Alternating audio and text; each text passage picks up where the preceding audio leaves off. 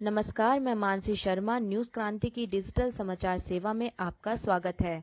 आज के मुख्य समाचार इस प्रकार हैं। टैंक रोधी मिसाइल नाग के सभी परीक्षण पूरे। यूपी 112 पर अब भोजपुरी, अवधी, ब्रज, बुंदेली भाषा में भी संवाद। रेलवे ने शुरू की बैग्स ऑन व्हील्स सेवा से यात्रियों के लिए सामान लाना ले जाना होगा आसान। ऑक्सफोर्ड की कोरोना वैक्सीन परीक्षण में शामिल ब्राजील के एक वॉलंटियर की मौत। दिल्ली दंगों के आरोपी व आप के पूर्व नेता ताहिर हुसैन को जमानत नहीं मिलेगी। अब समाचार विस्तार से। कहते हैं ओल्ड इज गोल्ड कहलाता है, इसलिए तो कानपुर आज भी दुलारी ज्वेलर्स ग्रुप पर अपना भरोसा जताता है। दुलारी ज्वेलर्स ग्रुप, कानपुर की pure, old and trusted jewellery showroom. Visit की Dulari jewellers, Kidwai Nagar and Dulari jewellers, Lal Bangla. तीसरी पीढ़ी के टैंक रोधी निर्देशित मिसाइल नाग का आज पोखरण परीक्षण रेंज पर प्रयोक्ता द्वारा अंतिम परीक्षण किया गया, जो पूरी तरह सफल रहा। मिसाइल वास्तविक मुखास्त्र से लैस था और परीक्षण के लिए निर्धारित दूरी पर एक टैंक को लक्ष्य के तौर पर रखा गया था। प्रक्षेपास्त्र को नाग प्रक्षेपण वाहन NAMICA द्वारा दागा गया। प्रक्षेपास्त्र ने लक्ष्य पर सटीक निशाना लगाते हुए उसे सफलतापूर्वक भेद दिया। नाग को रक्षा अनुसंधान एवं विकास संगठन DRDO द्वारा अत्यधिक सुदृढ़ बनाया गया है और यह दिन तथा रात दोनों समय में दुश्मन टैंकों को निशाना बनाने में सक्षम है। प्रक्षेपास्त्र समग्र और प्रतिक्रियाशील कवच से लैस सभी टैंकों को नष्ट करने के लिए एक पैसिव होमिंग गाइडेंस उपकरण के साथ साथ दागों और भूल जाओ तथा उच्च हमलों की क्षमताओं से लैस है। नाग प्रक्षेपास्त्र वाहन NAMICA एक BMP दूसरी आधारित प्रणाली है जो पानी और जमीन दोनों पर चलने में सक्षम है। इस अंतिम प्रयोक्ता परीक्षण के बाद अब नाग उत्पादन के चरण में प्रवेश करेगा। प्रक्षेपास्त्र का उत्पादन रक्षा क्षेत्र के सार्वजनिक उपक्रम भारत डायनेमिक्स लिमिटेड BDL द्वारा किया जाएगा, जबकि मेढक स्थित आयुध निर्माण NAMICA का उत्पादन करेगी।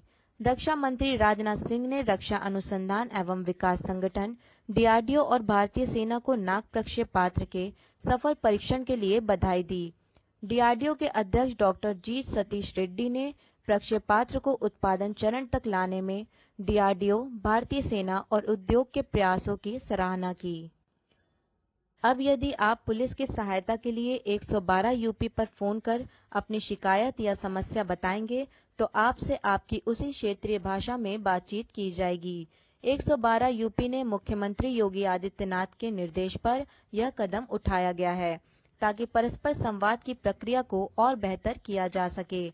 अपर मुख्य सचिव गृह अवनीश कुमार अवस्थी ने बताया कि यह संवाद भोजपुरी, अवधी, ब्रज, बुंदेली आदि उसी क्षेत्रीय भाषा में भी किया जाएगा, जिसका उपयोग संवादकर्ता द्वारा किया जाएगा। अलग अलग क्षेत्रीय भाषाओं में उत्तर देने के लिए उसी क्षेत्र के संवाद अधिकारियों को 112 यूपी के अधिकारियों द्वारा चुना गया है। इस प्रकार 112 यूपी पर मिलने वाली सूचनाओं पर प्राथमिकता से त्वरित कार्यवाही सुनिश्चित करने की व्यवस्था को और अधिक बेहतर बनाने का प्रयास किया गया है। अपर पुलिस महानिदेशक 112 यूपी असीम अरुण ने बताया कि क्षेत्रीय भाषाओं में लोगों से संवाद करने के लिए आपातकालीन सेवा में संवाद अधिकारियों को विशेष रूप से प्रशिक्षित किया गया है। क्षेत्रीय भाषाओं में पारंगत संवाद अधिकारियों की नियुक्ति से ग्रामीण अंचल से सहायता के लिए कॉल करने वाले लोगों, खासकर महिलाओं को अपनी बात बताने में काफी सुविधा होगी। श्री अरुण ने बताया कि 112 यूपी में प्रतिदिन 15 से 17 हजार लोग कॉल कर पुलिस की सहायता मांगते हैं।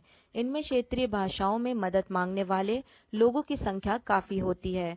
ग्रामीण क्षेत्र की महिलाएं अपनी क्षेत्रीय भाषा में ही समस्या बताने में सहज महसूस करती हैं।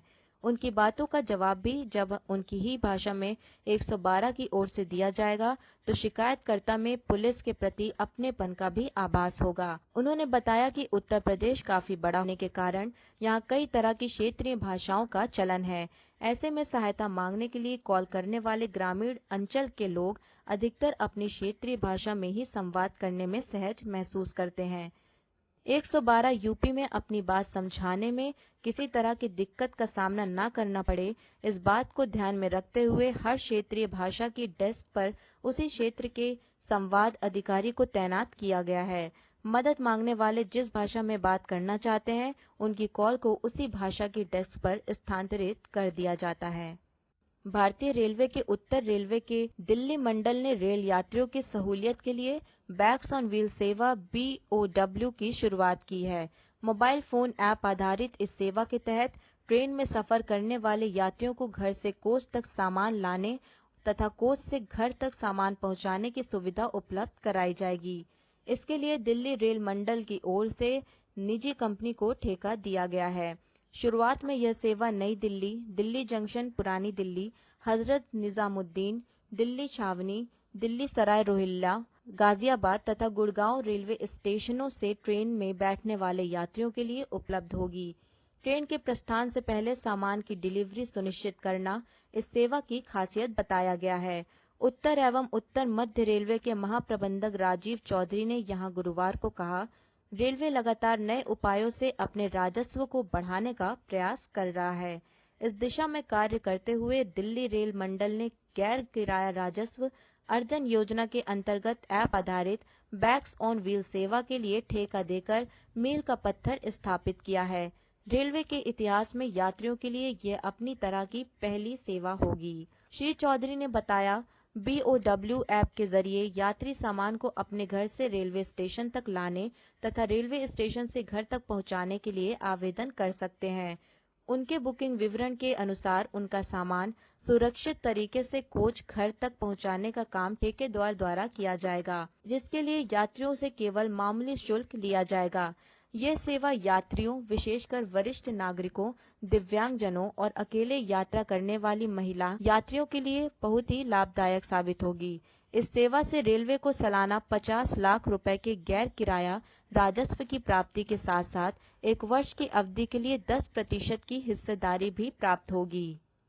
ब्रिटेन की ऑक्सफोर्ड यूनिवर्सिटी और दवा कंपनी एस्ट्राजेनेका द्वारा मिलकर विकसित की जाने वाली कोरोना वैक्सीन के तीसरे चरण के मानव परीक्षण में शामिल ब्राजील के एक वॉलंटियर की मौत हो गई है। हालांकि इसके बावजूद कंपनी अपना परीक्षण जारी रखेगी।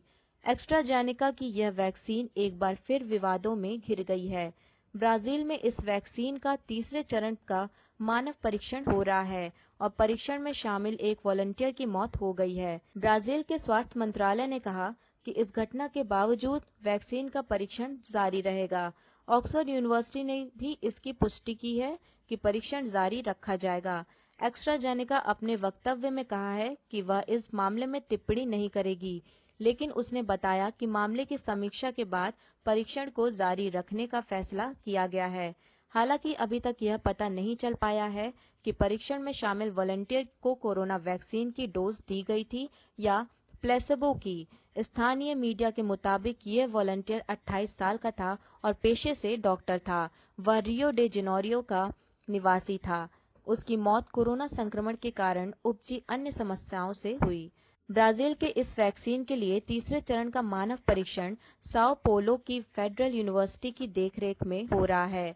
ब्राजील में यह परीक्षण 10,000 वॉलंटियर पर होना है, जिनमें से 8,000 वॉलंटियर चयनित हो चुके हैं। इनमें से कई को वैक्सीन का पहला डोज तो कई को दूसरा डोज भी दिया गया है। इस वैक्सीन का तीसरे चरण का मानव परीक्षण ब्राजील के अतिरिक्त भारत और ब्रिटेन में भी हो रहा है।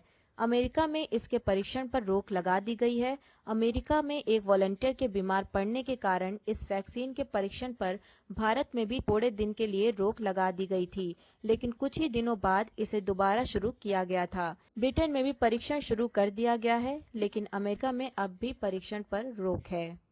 दिल्ली की एक अदालत ने उत्तर पूर्वी दिल्ली में हुए दंगे के 3 मामलों में आरोपी आम आदमी पार्टी आप के पूर्व नेता ताहिर हुसैन को गुरुवार को जमानत देने से इनकार कर दिया। न्यायाधीश विनोद यादव ने मामले पर सुनवाई के बाद एक सामान्य आदेश जारी करते हुए हुसैन की जमानत याचिका पर सुनवाई से इनकार कर दिया। न्यायाधीश ने दंगे में सक्रिय भूमिका निभाने के सबूत के आधार पर जमानत देने से साफ इनकार किया है। हुसैन के वकील के मनान और उदिति बाली ने कहा, तीनों में से किसी भी अपराध में ताहिर हुसैन को जोड़ने का कोई सबूत नहीं है, जिसमें दूसरे समुदाय के सदस्यों के खिलाफ भीड़ की हिंसा शामिल है। उन्होंने जोर देकर कहा कि ऐसा भी कोई सबूत नहीं है या फिर वीडियो फुटेज या सीसीटीवी फुटेज भी नहीं है कि जिससे यह साबित हो सके कि याचिकाकर्ता ने दंगों में भाग लिया था या किसी संपत्ति को नुकसान पहुंचाया था। श्री मनान ने तर्क दिया कि हुसैन परिस्थितियों का शिकार है और राजनीतिक क्रॉसफायर में पकड़े गए हैं। उन्होंने कहा कि कानून की मशीनरी का दुरुपयोग करके हुसैन को परेशान करने के एकमात्र उद्देश्य के साथ जांच एजेंसी और उसके राजनीतिक प्रतिद्वंदियों ने उसे फंसाने की साजिश रची, क्योंकि हुसैन तब आप से जुड़े थे। उन्होंने यह भी तर्क दिया कि याचिकाकर्ता की मौके पर उपस्थिति केवल यह बताने के लिए पर्याप्त नहीं है कि उसने कथित अपराध करके आम इरादे को साझा किया है और इसलिए उसके खिलाफ लगाए गए आरोप कुछ भी नहीं है। दवा कंपनी डॉक्टर रेड्डीज ने साइबर हमले के बाद दुनिया भर में फैले अपने कई कारखानों में काम रोक दिया है और अपने डाटा सेंटर की सेवाएं पृथक कर दी हैं। कंपनी ने आज यह जानकारी दी कि उसने एहतियातन यह काम किया है।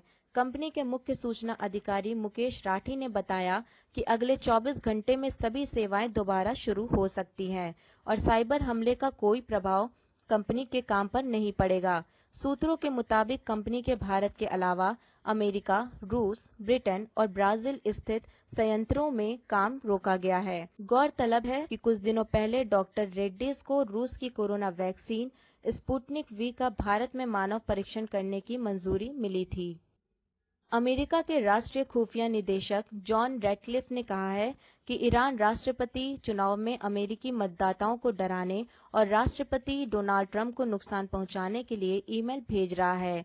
श्री रैटक्लिफ ने बुधवार को यहां आयोजित संवाददाता सम्मेलन में कहा, हमने इससे पहले भी ईरान को मतदाताओं को डराने, सामाजिक अशांति फैलाने और राष्ट्रपति ट्रंप को नुकसान पहुंचाने के लिए विशेष रूप से तैयार किए गए ईमेल भेजते हुए देखा है। उन्होंने कहा कि अमेरिकी खुफिया विभाग ने ईरान की तरह रूस को ऐसा करते नहीं देखा है, लेकिन उन्होंने मतदाताओं के संबंध में कुछ जानकारी प्राप्त की है। उत्तर प्रदेश के सुल्तानपुर में एक प्रोफेसर के कुछ अलग करने के जुनून ने उन्हें चंदन के बाग का मालिक बना दिया। अब वह अपने भाई के साथ मिलकर देश में चंदन की जरूरत का हिस्सा बनना चाहते हैं। इसके अलावा वह मौसम्बी की भी खेती करने की व्यवस्था में लगे हैं। सदर तहसील क्षेत्र के सरैया माफी गांव के रहने वाले प्रोफेसर रवि प्रकाश तिवारी बचपन से ही कुछ अलग सीखने और करने की मंशा रखते हैं। पढ़ाई पूरी करने के बाद एक अदद नौकरी के लिए वह डॉक्टर तिवारी देश के विभिन्न राज्यों के अच्छे संस्थानों में संविदा पर शिक्षण कार्य करते हुए फिर अपनी माटी में लौट आए। अब वह गणपत सहाय स्नातकोत्तर महाविद्यालय में प्रोफेसर के पद पर कार्यरत हैं। प्रोफेसर ने चंदन के लिए जमीन मुफीद नहीं होने के कयासों को झूठा साबित करते हुए सुगंध फैलाने वाली हरी भरी बगिया को जीवंत कर दिया। अब आसपास के दर्जनों किसान उनसे प्रेरित होकर खेती का गुण सीखने पहुंच गए हैं। 2018 में उन्होंने इसकी खेती शुरू की थी। 3 बीघे के चक में 400 पौधे लगे। पौधों की रखवाली के लिए इलेक्ट्रिक फेंसिंग लगाया गया, जिसमें पानी की बचत के उद्देश्य से सिंचाई के लिए टपक विधि का प्रयोग करते हैं। इससे एक तरफ पानी की बचत भी होती है तो दूसरी तरफ पौधों व फसलों को भी फायदा होता है। प्रोफेसर रवि प्रकाश बताते हैं कि इन पेड़ों को भोजन देना पड़ता है। एक चंदन पौधे के भोजन के लिए 5 अन्य पौधे लगाने पड़ते हैं। 12 फुट की दूरी पर चंदन के पौधे रोपे गए हैं। बीच की खाली जगह पर भोजन के लिए मीठी नीम, कड़वी नीम, सहजन, कैरोजोना, अरहर के पौधे लगाए गए हैं। समय समय पर मटर, मसूर, चना, सोया मेथी की भी खेती करते हैं। इससे उनको नुकसान भी नहीं होता। चंदन का पेड़ 12 साल तैयार हो जाता है। पौधा वृक्ष का रूप ले लेता है और उस वृक्ष की जड़ें व डालें काफी मोटी हो जाती हैं। हमारे देश में उपयोग का केवल 10% चंदन होता है, बाकी विदेश से आता है, जिससे इसकी काफी मांग है। उत्तर प्रदेश के इटावा जिला पुलिस ने जसवंत नगर क्षेत्र में महिला के साथ दुष्कर्म करने वाले आरोपी युवक को आज गिरफ्तार कर जेल भेज दिया। वरिष्ठ पुलिस अधीक्षक आकाश तोमर ने यहां यह जानकारी दी। उन्होंने बताया कि जसवंत नगर इलाके में कल शाम करीब 7 बजे एक महिला अपनी 5 वर्षीय बेटी के साथ गांव के निकट खेत में शौच के लिए गई थी। महिला का आरोप है कि पहले से खेत में खड़े एक युवक ने उससे जबरन खींचकर खेत में ले गया और उसके साथ दुष्कर्म किया। मां की हालत देखकर बच्ची भागकर घर पहुंची और परिजनों को घटना की जानकारी दी। परिजन घटना स्थल पर पहुंचे तो महिला बेहोशी की हालत में वहां पड़ी मिली। उन्होंने बताया कि पुलिस महिला को अस्पताल भेज दिया गया। इस मामले में महिला के पति की तहरीर पर आरोपी अनिल कुमार के खिलाफ मामला दर्ज कर आज उसे गिरफ्तार कर जेल भेज दिया गया है। पुलिस मामले की छानबीन कर रही है। कहते हैं ओल्ड इज गोल्ड कहलाता है, इसलिए तो कानपुर आज भी दुलारी ज्वेलर्स ग्रुप पर अपना भरोसा जताता है। दुलारी ज्वेलर्स ग्रुप, कानपुर की pure old and trusted jewellery showroom. Visit की Dulari jewellers Kidwai Nagar and Dulari jewellers Lal Bangla. यह थे आज के मुख्य समाचार। देश, दुनिया व राज्यों के लिए आप हमारी वेबसाइट www.newskranti.com पर लॉगिन कर सकते हैं। न्यूज क्रांति से जुड़ने के लिए धन्यवाद। शुभ रात्रि।